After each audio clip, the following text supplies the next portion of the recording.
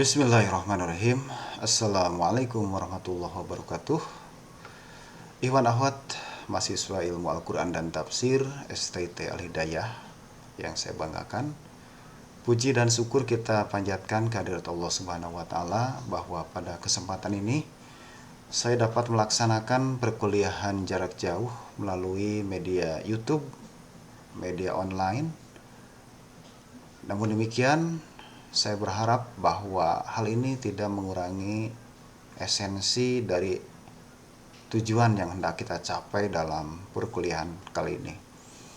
Dan mata kuliah yang akan saya sajikan pada kesempatan ini adalah hadis ahkam. Dan untuk sekedar menyegarkan kembali ingatan kita mengenai tema-tema yang telah kita bahas, di sini saya cantumkan, bisa dilihat. Pertama adalah jual beli yang baik dan larangan dalam jual beli. Kemudian yang keduanya adalah khiyar dan ijon.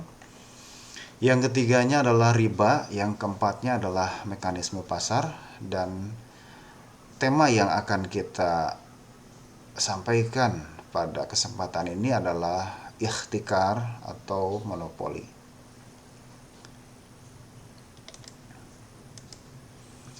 Baik, untuk mengefektifkan waktu, kita langsung membaca hadis yang berkenaan dengan ikhtikar ini. Silahkan bisa diikuti lewat komputer ataupun lewat HP-nya masing-masing. An Ma'mar bin Abdillah, dari Ma'mar bin Abdillah, an Rasulullah sallallahu alaihi wasallam, dari Rasulullah sallallahu alaihi wasallam, qol, beliau bersabda, la yahtakiru, tidak akan menimbun, tidak akan melakukan monopoli, illa khati'un, kecuali pendosa. Hadis ini diriwayatkan oleh Imam Muslim di dalam kitab Al-Masyaqqah, bab tahrimi al-ihtikar bil akwat. Nomor hadisnya adalah 1605. Dan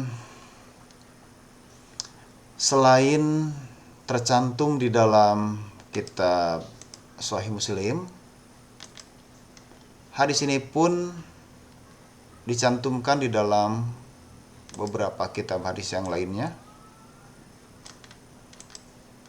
yaitu yang pertama dalam Sunan Abi Dawud, kitab Buyu, bab fi tahrimi anil hukroh, nomor hadis 3443. Kemudian hadis ini diriwayatkan pula di dalam Sunan Ad-Darimi, kitab Buyu, babnya adalah bin nahi anil ihtikar, nomor hadis 2543. Kemudian Ibnu Majah dalam kitab At-Tijarah, agak beda kalau yang sebelumnya Buyu ya, kalau ini adalah At-Tijarah, itu di dalam bab al-hukroh wal jalab, nomor hadis 2154. Dan yang terakhir yang saya cantumkan di sini karena memang masih ada dalam kitab yang lainnya semacam Al-Muwatta dan juga Ahmad, yaitu dalam Sunan At-Tirmidzi, kitab Buyu, babnya adalah Maja'a fil ihtikar, nomor hadis 1264. Nah, di dalam kitab Sunan At-Tirmidzi dinyatakan bahwa hadis tentang ihtikar ini juga diriwayatkan oleh beberapa sahabat yang lainnya. Di antaranya adalah Umar, kemudian Ali ibnu Umar. Dan beliau mengatakan bahwa hadis ini, yaitu hadis yang tercantum dalam kitab At-Tirmidzi dan juga sama di dalam kitab Muslim ini, itu adalah merupakan hadis dengan derajat sahih hasan atau hasan sahih. Maksudnya bahwa di dalam suatu jalur itu hasan statusnya, dalam jalur yang lain adalah sahih. Nah, itu beberapa kitab yang mencantumkan hadis sebagaimana tercantum di dalam kitab Sahih Muslim. Dan kebetulan dari keempat kitab ini semuanya bermuara pada sahabat yang sama, yaitu sahabat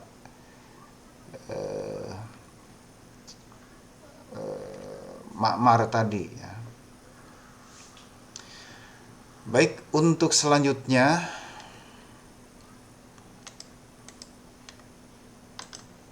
kita membahas mengenai ta'rif, definisi atau mufrodat dari kata-kata yang tadi disebutkan, yaitu yang pertama adalah al-ihtikar atau dalam bahasa yang lainnya adalah al-hukru. Pertama, di dalam kitab Kamus Lisanul Arab yang disebut dengan al-hukru adalah idkharut ta'am, ialah menyimpan ataupun barangkali menyetok ya, atau makanan, tentu saja bahannya ya,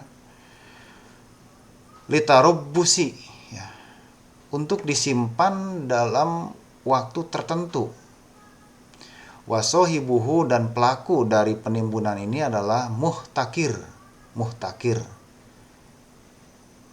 Qala Ibnu Saidah berkata bahwa al-ihtikar, yang dimaksud ihtikar adalah jam'ut ta'am, mengumpulkan bahan makanan, wa nahwihi, dan yang lainnya, mimma yukalu, yang biasa dimakan.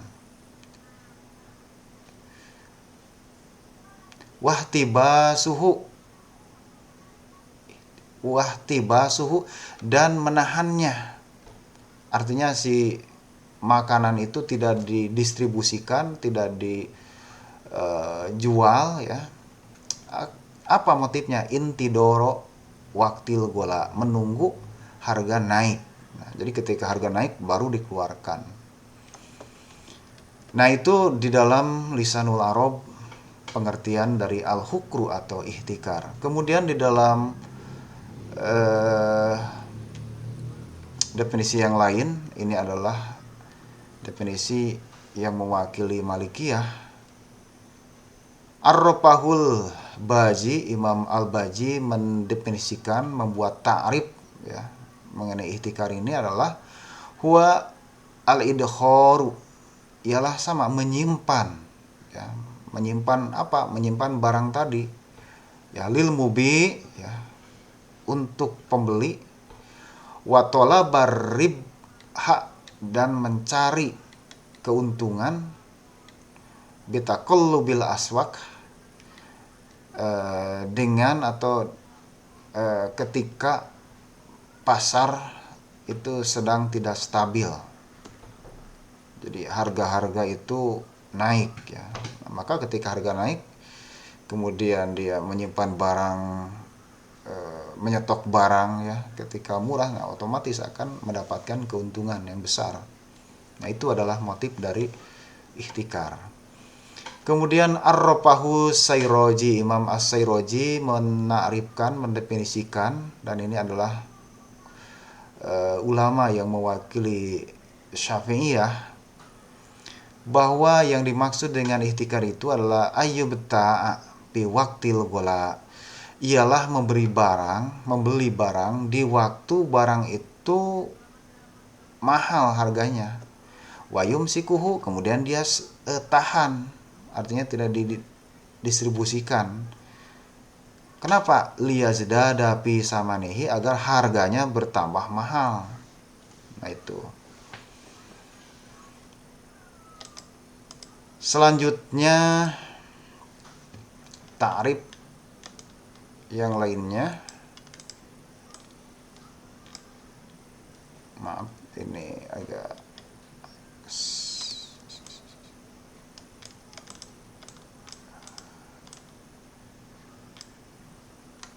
maaf ini terpotong ya. Nah, ini.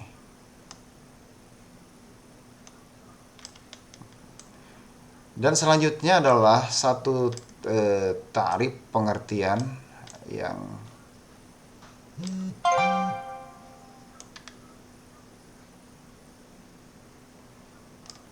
bersumber ya, dari Imam An-Nawawi.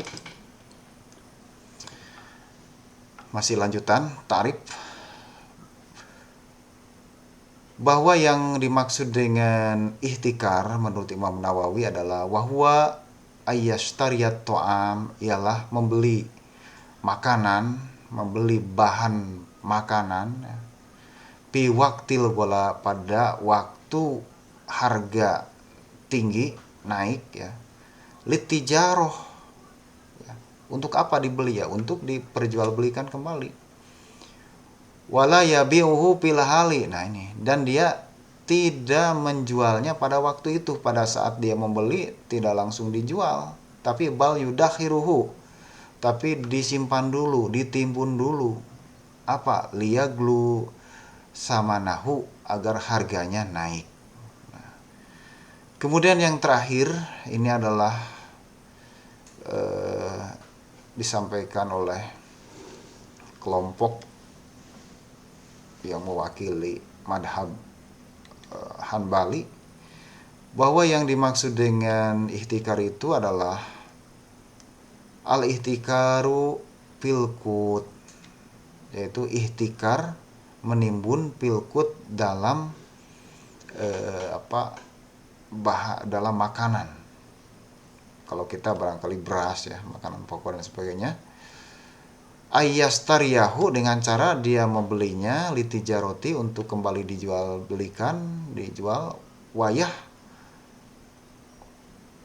wayah basuhu, dan dia menahannya, liyakilla fayaglu. Nah, apa tujuannya? Agar barang-barang di pasaran itu sedikit berkurang, fayaglu, lantas harganya naik. Nah, itu adalah beberapa ta'rif, definisi dari al-ihtikar menurut para ulama yang mewakili berbagai macam madhab.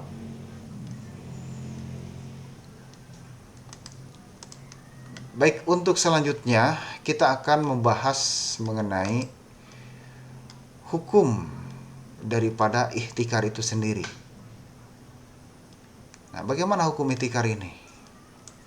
Di dalam kitab Tawdihul Ahkam, salah satu sarah kitab Hadis Bulughul Maram, di sana dinyatakan bahwa ihtikar itu hukumnya, atau para ulama terbagi menjadi dua pendapat. Pertama, ada yang menyatakan haram, dan yang kedua ada yang menyatakan boleh. Nah, yang haram itu adalah apabila yang ditimbunnya itu ya adalah berupa al-qut, yaitu makanan pokok ya, yaitu makanan yang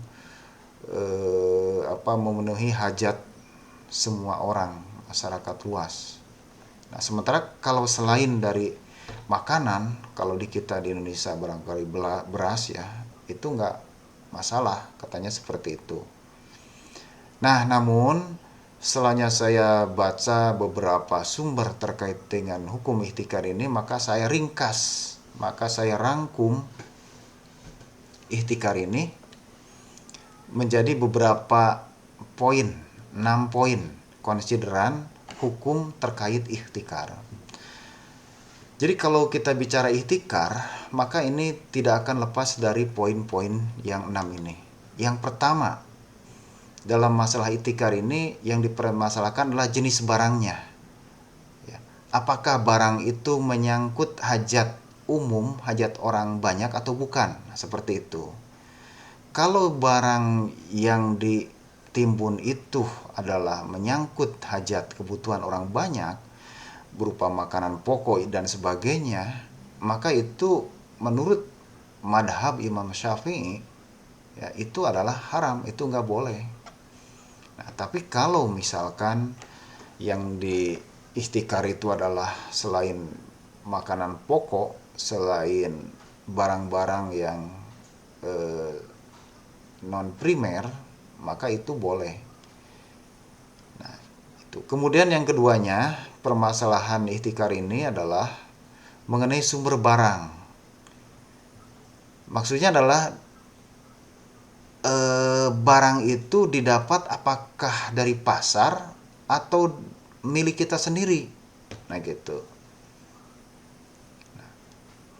Kenapa itu dipertanyakan? Nah, karena di sini para ulama pun ya, diskusi perbedaan pendapat itu diantaranya adalah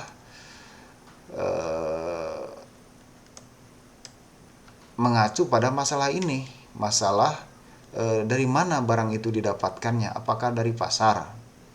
Nah, kalau dari pasar katanya itu jelas nggak boleh, ya.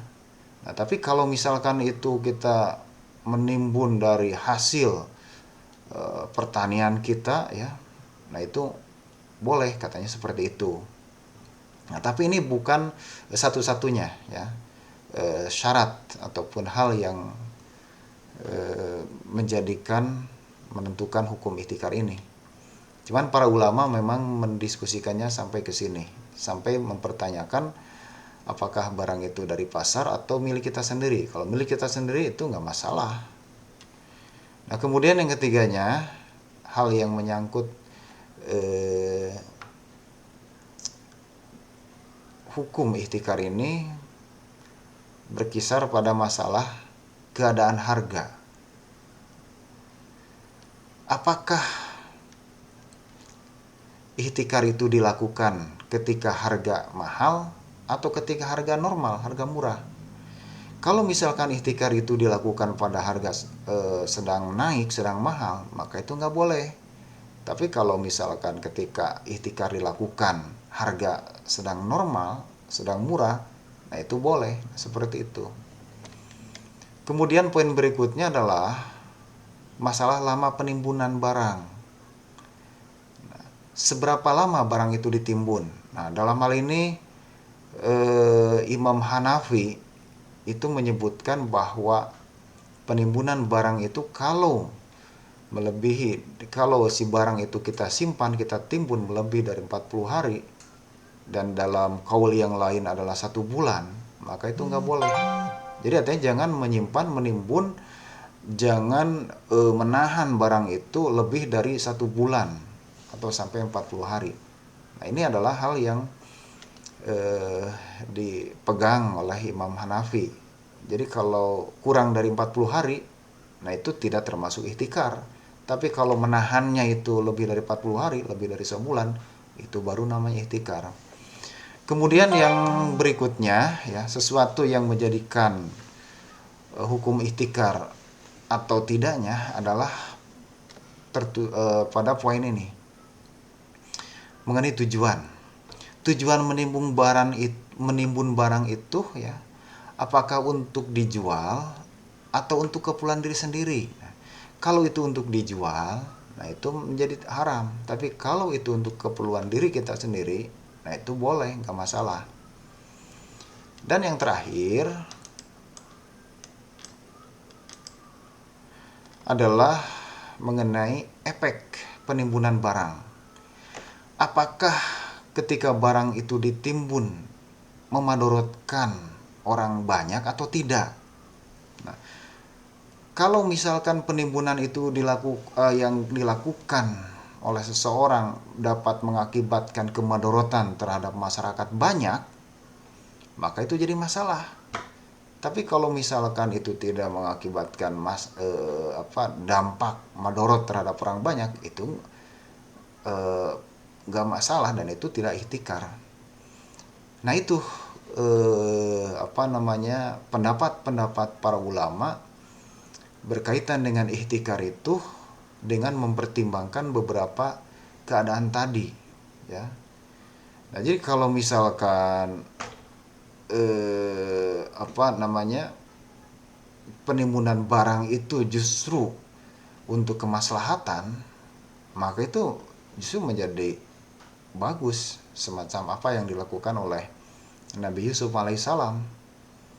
Jadi beliau menimbun barang, menyimpan, menghemat, ya, dengan tujuan apa? Dengan tujuan nanti akan menghadapi musim paceklik. Nah, nanti ketika paceklik datang, maka si barang atau bahan makanan yang ditimbun itu bisa dikeluarkan. Nah, jadi dengan demikian bahwa sekali lagi menyangkut masalah ihtikar, ya, pada umumnya kan intinya adalah satu upaya usaha agar bagaimana mendapatkan keuntungan yang besar ketika terjadi kelangkaan barang di pasaran. Nah, tapi tadi pendapat para ulama tergantung apa dulu yang ditimbunnya itu. apakah sesuatu yang menyangkut hajat orang banyak, yang mau tidak mau orang itu memerlukannya, semacam beras dan sebagainya, atau bukan. Itu kalau yang bukan, nah, para ulama itu mengatakan tidak termasuk ihtikar, ya. Nah, yang pasti di sini memang kalau kita lihat telaah terhadap pendapat-pendapat para ulama di dalam masalah ihtikar ini sangat beragam sekali. Nah, gitu. Sangat beragam. Cuman keberagaman itu sekali lagi tidak lepas dari poin yang barusan disebutkan. Ya, rupanya itu untuk pemaparan yang saya sampaikan, dan silahkan ya, sebagai bukti bahwa antum sekalian menyimak terhadap pemaparan saya ini, silahkan boleh menyampaikan pertanyaan atau barangkali menambah dan sebagainya pada kolom komentar di bawah. Ya, rupanya sekian, mohon maaf atas kehilapan kekurangannya, dan memang ini barangkali ada kendala-kendala teknis ya, mohon maaf. Jadi saya mungkin nanti pada kesempatan yang lain bisa diperbaiki lagi. Rupanya sekian, jazakumullah atas perhatiannya. Wassalamualaikum warahmatullahi wabarakatuh.